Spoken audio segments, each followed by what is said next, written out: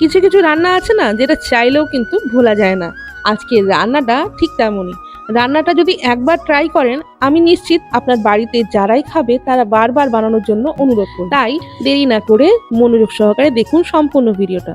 নেওয়া হয়েছে 300 গ্রাম মতন বেগুন, সরু সরু মতন বেগুন নেওয়া হয়েছে। আপনারা চাইলে বড় বেগুনও এটা করতে পারবেন, কিন্তু মাথায় রাখবেন বেগুনগুলো যাতে ফ্রেশ আর কচি হয়, কম বীজযুক্ত হলেই ভালো হয়। তবে রান্নাটা একেবারে এরকমই হওয়ার জন্য এরকম টাইপের বেগুনই আপনারা ট্রাই করতে পারেন। এরপরে দেখুন ধুয়ে নেওয়া হয়েছে। এই ধুয়ে নেওয়া বেগুনের মধ্যে দিয়ে দেওয়া হলো হলুদ গুঁড়ো আর লবণ। আর আমরা একটা জিনিস অ্যাড করি, যেটা যে কোনো বেগুনের রান্নাতেই আমরা ইউজ করে থাকি, সেটা হচ্ছে 1 চামচ মতন চিনি।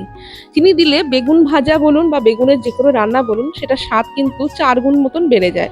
আপনারাও ট্রাই করতে পারেন চাইলে। এরপরে দেখুন মোটামুটি 5 থেকে 6 মিনিটের মতন এটা ম্যারিনেট করা হয়েছে। এদিকে কড়াইতে তেল গরম হতে দেওয়া হয়ে গেছে। সর্ষের তেল নেওয়া হয়েছে 3 থেকে 4 টেবিল চামচের মতন। এটা ভালো করে গরম হয়ে গেলে একে একে বেগুনগুলোকে খুব ভালো করে ভেজে নিতে হবে।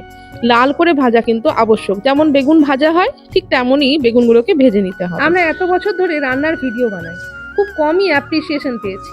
একসময় ভিডিও বানানো ছেড়েই দিয়েছিলাম, কিন্তু কিছুদিন আগে মা ভাইয়ের শ্বশুর বাড়িতে একটি বিয়েতে গেছিলেন। সেখানে মায়ের কাছে অনেকে এসেছে আর নিজের পরিচয় দিয়ে বলেছে যে তারা আমাদের নাকি ভিডিও দেখে। তাদেরকে অসংখ্য ধন্যবাদ। আবার তারা জিজ্ঞেসও করছিল যে আমরা ভিডিও দিচ্ছি না কেন। গতকাল আবার আমার এক মামাতো দিদিও ফোন করে জিজ্ঞেস করছিল, কিরে ভিডিও দিস না কেন। যাই হোক, তাদেরকে আর আশাহত করব না। এরপরে আমি আগের মতনই ভিডিওর কন্টিনিউটি রেখে দেবো। অনেক গল্প হলো, এবার আসি রান্নাতে। রান্নাতে নেওয়া হয়েছে সর্ষে গুঁড়ো। হ্যাঁ, আমরা সর্ষে গুঁড়ো ইউজ করি, কারণ গ্যাস অম্বলের ব্যাপার হয় তো। সানরাইজে যে সর্ষে গুঁড়ো আছে সেটাই নেওয়া হয়েছে, একটু জল দিয়ে ভিজিয়ে নেওয়া হয়েছে। বেগুন ভাজার তেলটাই 2 টেবিল চামচ মতন কমিয়ে নিয়ে তার মধ্যে 1/2 টেবিল চামচ মতন গোটা মেথি আর একটু চেরা কাঁচা লঙ্কা, এই 3-4টে চেরা কাঁচা লঙ্কা দিয়ে ফোড়ন দেওয়া হলো। এরপর ফোড়নটা পুড়ে উঠলেই আগে থেকে ভিজিয়ে রাখা সর্ষে বাটাটা দিয়ে দেওয়া হলো। আপনারা চাইলে নর্মাল সর্ষেও ব্যবহার করতে পারেন, তবে আমরা এই অনেকদিন ধরেই সর্ষে গুঁড়ো এটা ব্যবহার করে থাকি, খুবই ভালো হয় কিন্তু, আর গ্যাস অপেক্ষাকৃত কম হয়। মিনিট 2-এর মতন নাড়াচাড়া করে এর মধ্যে 1/2 চামচের মতন হলুদ গুঁড়ো দিয়ে দেওয়া হলো। হলুদ গুঁড়ো দেওয়ার পর দেওয়া হলো স্বাদ অনুযায়ী লবণ। লবণটা ভেবেচিন্তে দেবেন, কারণ বেগুনে অলরেডি লবণ পড়ে গেছে, তাই 1/2 চামচের মতন লবণ অ্যাড করে দেওয়া হলো। পরে যদি মনে হয় টেস্ট করে দেখবেন, পরে লবণ অ্যাড করে দিতে পারেন। এরপরে একটু নাড়াচাড়া করে দেখুন, এরকম তেল উঠে গেলে বুঝবেন যে রান্নাটা প্রায় হয়ে এসছে। এরপরে মেন ব্রহ্মাস্ত্র দিতে হবে, সেটা হলো ফেটানো মিষ্টি দই। হ্যাঁ, মিষ্টি দই বললাম, আর মিষ্টি দই দিলে যে কোনো রান্না কিন্তু রাজকীয় হতে বাধ্য। আপনারা অ্যাড করে দেখবেন, সত্যি ভালো হয়।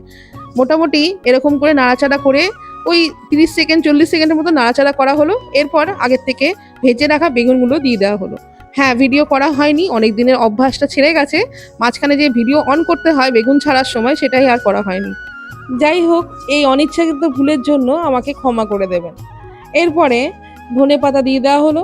ধনেপাতা দিলে কেমন লাগবে সেটাই মনে হচ্ছিল প্রথম প্রথম, কিন্তু দেওয়ার পর দেখলাম এর স্বাদটা যেন আরো একটু বেড়ে গেল।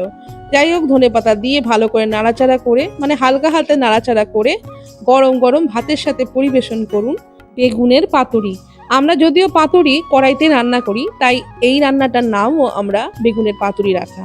যারা মাছ মাংস খান না তাদের কাছে কিন্তু অমৃত হতে পারে। রান্নাটা করার পর 3-4 জন আমাদের টেস্ট করেছে, তারা সবাই কিন্তু খুবই নাম করেছে। তাই আপনাদেরও রেকমেন্ড করব, আপনারা একবার অন্তত ট্রাই করুন, দেখবেন সত্যি অসাধারণ খেতে হয়। আর ভালো লাগলে লাইক শেয়ার কমেন্ট করতে ভুলবেন না। ভালো থাকবেন, সুস্থ থাকবেন, দেখা হবে পরের রান্না নিয়ে।